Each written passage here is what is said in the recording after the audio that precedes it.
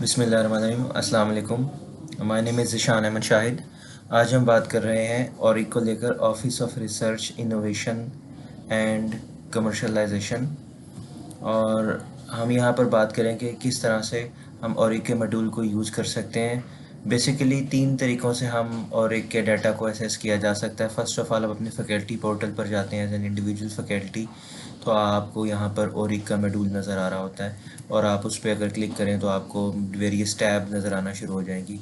दूसरी पॉसिबिलिटी ये है कि आप as an internal user HOD या डीन जो है अपने जो पोर्टल के ऊपर जाते हैं और वहाँ पर आप फैकल्टी मैनेजमेंट में जाते हुए किसी भी यूज़र को, किसी भी फैकल्टी मेंबर्स को के डाटे को आप असेस कर सकते हैं। यहाँ पर आपको वेरियस और एक की टैब नज़र आ रही होंगी, इंटरनल एक्सटर्नल ग्रांट्स और रिसर्च एंड नॉलेज, एप्लीकेशंस और कंसल्टेंसी प्रपोजल्स, कोलैबोरेशंस और रिसर्च अकाउंट्स वगैरह। इसी तरह से जो तीसरा वे है हमारा, वो है स्टूडेंट के लिए। आप स्टूडेंट जो है वो अपना लॉगिन करते हुए अपनी प्रोफाइल पर जाकर और एक के डाटे को असेस कर सकते हैं। तो यहाँ पे रिसर्च डिटेल, पब्लिकेशन और रिसर्च अकाउंट्स हैं। तो बेसिकली हम और एक के डाटे को 3 तरीके से असेस कर सकते हैं, as a faculty member, as a student और एज एन इंटरनल यूज़र। तो फर्स्ट ऑफ ऑल हम बात करते हैं कि हम किस तरह से एज अ फैकल्टी मेंबर अपना डाटा को अपडेट कर सकते हैं। और आप जब लॉगिन करने के बाद आते हैं अपनी प्रोफाइल के ऊपर और नीचे वेरियस टैब्स आपको नज़र आते हैं, तो यहाँ पर आपको ऑरिक का मॉड्यूल नज़र आ रहा होगा। आप ऑरिक के ऊपर क्लिक करते हैं तो यहाँ पर आपको internal and external grants, research, publication, consultancy project और कोलैबोरेशंस के वेरियस टैब नज़र आ रहे हैं। फॉर एग्जाम्पल बात करते हैं रिसर्च पब्लिकेशंस के हवाले से, अगर हम बात करें तो हमारे पास इस तरह से एक विंडो अपीयर हो जाती है और आप यहाँ पर ये देखें कि टॉप मतलब कि बॉटम ऑफ राइट पर आपको नज़र आएगा एक प्लस का साइन नज़र आ रहा है। आप उस पर क्लिक करते हैं तो आपके सामने एक विंडो अपीयर हो जाती है। यहाँ आप देख सकते हैं कि आपको यहाँ पर वेरियस थीम नज़र आ रहे हैं। बेसिकली ये वो थीम्स हैं या वो आप कह लें कि आउटलाइंस हैं, वो एरिया है जो कि यूनिवर्सिटी की तरफ से डिफ़ाइन किया गया। यूनिवर्सिटी चाह रही है कि आप इन एरियाज़ के अंदर रहते हुए अपनी रिसर्च करें। ये वो एरियाज़ हैं जिन पर अभी बहुत आप काम करेंगे तो आपको एप्रिसिएशन मिलेगी, आपको रिकॉग्निशन मिलेगी। इस वक्त डिमांड है ये। और जो बेसिकली यूनाइटेड नेशन ऑर्गेनाइजेशन के जो सस्टेनेबल डेवलपमेंट गोल्स हैं उनको मद्देनज़र रखते हुए ये थीम या एरियाज़ डिफ़ाइन किए गए हैं। तो आपका टॉपिक इन एरियाज़ में से अगर है तो आप किसी एक को सिलेक्ट कर दें, अदरवाइज़ आप अदर या नॉन एप्लीकेबल के ऊपर क्लिक कर दें। उसके बाद आगे आपको रेलिवेंट सस्टेनेबल डेवलपमेंट गोल्स नज़र आ रहे होंगे। Basically these are the 17 sustainable development goals जो यूनाइटेड नेशन का 2030 एजेंडा है, development agenda of United Nation 2030 in order to eradicate the poverty and others जो उसके गोल्स हैं उनको सामने रखते हुए ये 17 एजेंडाज़ हैं। इनमें से किसी एक पर अगर आप काम करेंगे तो उसको हाईएस्ट रिकग्निशन मिलेगी। उसके बाद आप एज अ फैकल्टी मेंबर अपने फैकल्टी को चूज़ करते हैं, जो भी आपकी फैकल्टी है, आर्ट एंड ह्यूमैनिटीज़ या आर्ट या इसी तरह से अलाइड हेल्थ साइंसेस। यहाँ पर ड्रॉप डाउन मेन्यू में बाय डिफ़ॉल्ट आपका नाम आ रहा होगा तो आप उसे सिलेक्ट कर लेंगे। और अगर आपने किसी स्टूडेंट के साथ मिलकर अपना ये जो है रिसर्च वर्क या पब्लिकेशन की है तो यहाँ से ड्रॉप डाउन मेन्यू में आप स्टूडेंट को सिलेक्ट कर लेंगे। उसके बाद आपका रैंक एज एन ऑथर जो है पब्लिकेशन में फ़र्स्ट, सेकंड या थर्ड या जिस नंबर पे भी है आप वो मेंशन करेंगे। आप यहाँ पर ड्रॉप डाउन मेन्यू से कैलेंडर से डेट सेलेक्ट करेंगे। स्कूपस जो बेसिकली डेटाबेस है वहाँ से लार्जेस्ट जो है एब्स्ट्रैक्ट एंड साइटेशन डेटाबेस है। यहाँ पर पीयर रिव्यू के लिए लिटरेचर को आपका जब डाटा पब्लिश हो जाता है तो फिर उसकी रैंकिंग Q1, Q3, Q2, 3, 4 आप उसमें से कोई एक सिलेक्ट कर लेंगे।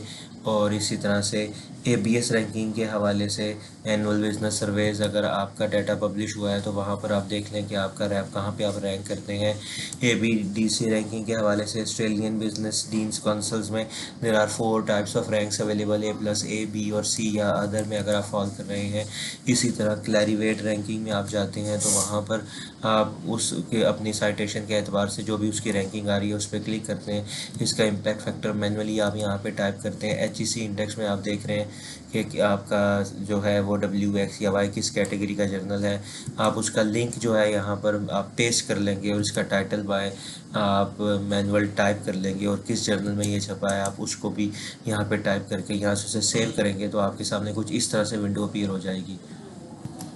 तो जब आप एक मरतबा अपना सारा डाटा जो है रिसर्च पब्लिकेशन के हवाले से वो एंटर कर लेंगे, तो इस तरह से आपके सामने कि आप देख रहे हैं कि थीम और एलिवेंट जो है सस्टेनेबल डेवलपमेंट गोल्स, फैकल्टी और आथर और उसका रैंक और डेट ऑफ पब्लिकेशन सारी आपके सामने इस तरह से एक जो है ना वो विंडो अपीयर हो जाएगी।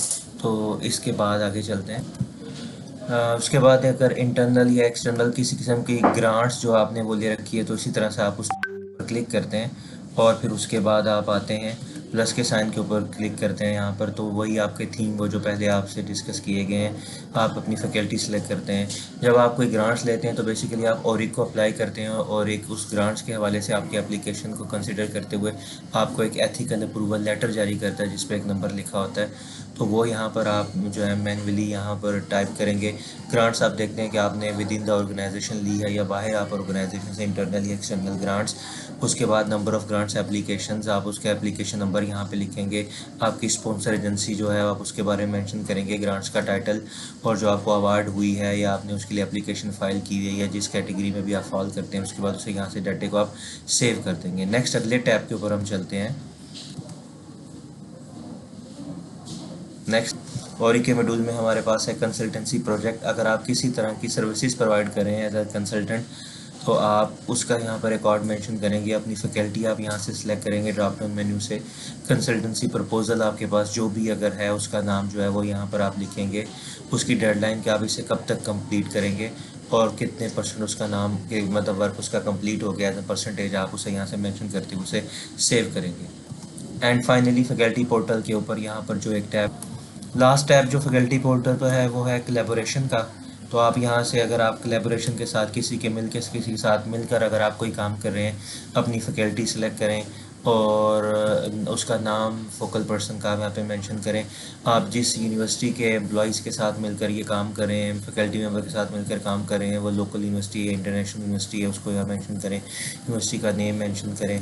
उसके बाद नेशनल या इंटरनेशनल ने आपकी जो कोलैबोरेशन उसकी नेचर क्या है और फ्यूचर कोलैबोरेशन प्रॉस्पेक्ट्स क्या होंगे, यानी कि जब आपका एक कोलैबोरेशन कंप्लीट हो जाएगा तो इसका क्या फिर आपका पर्पस क्या है, आप क्या फोरसी कर रहे हैं कि आपको कोई ग्रांट्स मिलेंगी या किसी तरह का कोई जो है एमओयू वगैरह साइन होगा, या और आप अपने जो भी आपके हैं पर्पस हैं आपके वो यहाँ पे आप मेंशन करेंगे और इसे यहाँ से सेव कर देंगे। अब हम बात करते हैं कि किस तरह से एज आप जो है डीन और एचओडी जो हैं वो इस डाटे को असेस कर सकते हैं। तो आप क्या करें कि आप, जैसा कि मैंने आपसे डिस्कस किया, कि आप फैकल्टी मैनेजमेंट की ऐप के ऊपर आते हुए अपने उस फैकल्टी मेंबर को सेलेक्ट करते हैं और यहाँ से आपके पास एडिट का ऑप्शन अवेलेबल है और यहाँ पर वही वेरियस टैब अपीयर हो जाएंगे। इंटरनल एक्सटर्नल ग्रांट्स के हवाले से ऐड अ लाइन के ऊपर क्लिक करते हुए आप वही सारा डाटा जो हम ऑलरेडी डिस्कस कर चुके हैं ऐड कर सकते हैं। रिसर्च एंड नॉलेज के पॉइंट ऑफ व्यू से आपके पास ये टैब अपीयर हो रहा है और आप यहाँ पर ऐड अ लाइन करते हुए जो है वेरियस टैब को कंप्लीट कर सकते हैं।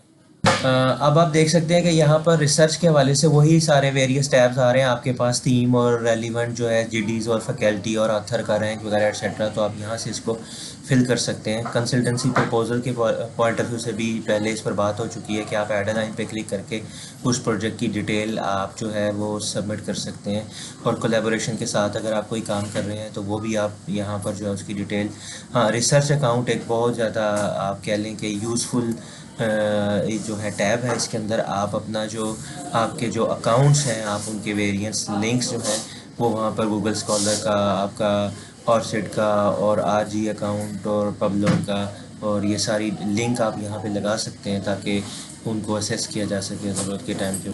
तो एज एन इंटरनल यूज़र जो है आप यहाँ पर अपने एम्प्लॉय के डाटे को एडिट कर सकते हैं और उसके बाद फाइनली स्टूडेंट पोर्टल पर जाते हुए आप एज अ स्टूडेंट जो है वो अपने डाटे को असेस कर। तो एज अ स्टूडेंट जो आप देख लें कि स्टूडेंट लॉगिन करने के बाद उसी तरह से अपनी प्रोफाइल पर आते हुए यहाँ पर नीचे वेरियस टैब में से ऑरिक के अकाउंट को सिलेक्ट करते हैं और अपनी रिसर्च डिटेल, पब्लिकेशन और रिसर्च अकाउंट्स वगैरह।